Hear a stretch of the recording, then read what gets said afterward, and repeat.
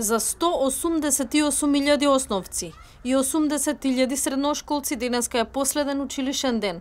Така и се доживува, бидејќи од годинава Министерството за образование по 4 години примена го укина екстерното тестирање кое се полагаше по завршување на школската година. Матурантите утре ќе полагаат тест по странски јазик од државната матура, а најголем број се пријавиле за англиски јазик. Во понеделник пак се полага математика, а во среда биологија, хемија, физика, историја, филозофија и естетика. Резултатите треба да бидат објавени најдоцна до 14 јули.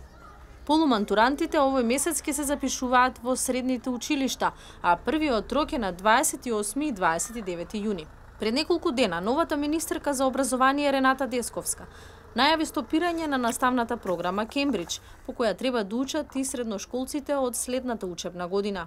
Од образовните реформи Десковска спомна и намалување на бројот на предмети во основното образование, ослободување на наставниците од административни работи, намалување на бројот на часови и на паралелки.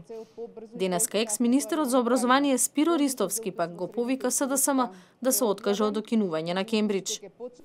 Особено важно е да се истакне дека Кембридж реформата, која кај нас е воведена како системско решение на национално ниво, односно наставните програми и учебници им се бесплатно достапни на училиштата за разлика од голем број други земји, каде што се применуваат во елитни, приватни училишта, донесе значајни промени во смисла на квалитет во македонскиот образовен систем, што и потврдено во извештаите од мониторингот за имплементација на реформата од страна на Универзитетот Кембридж, односно на Меѓународниот центар за наставни програми. Кембридж беше воведена во 2014 година за основците.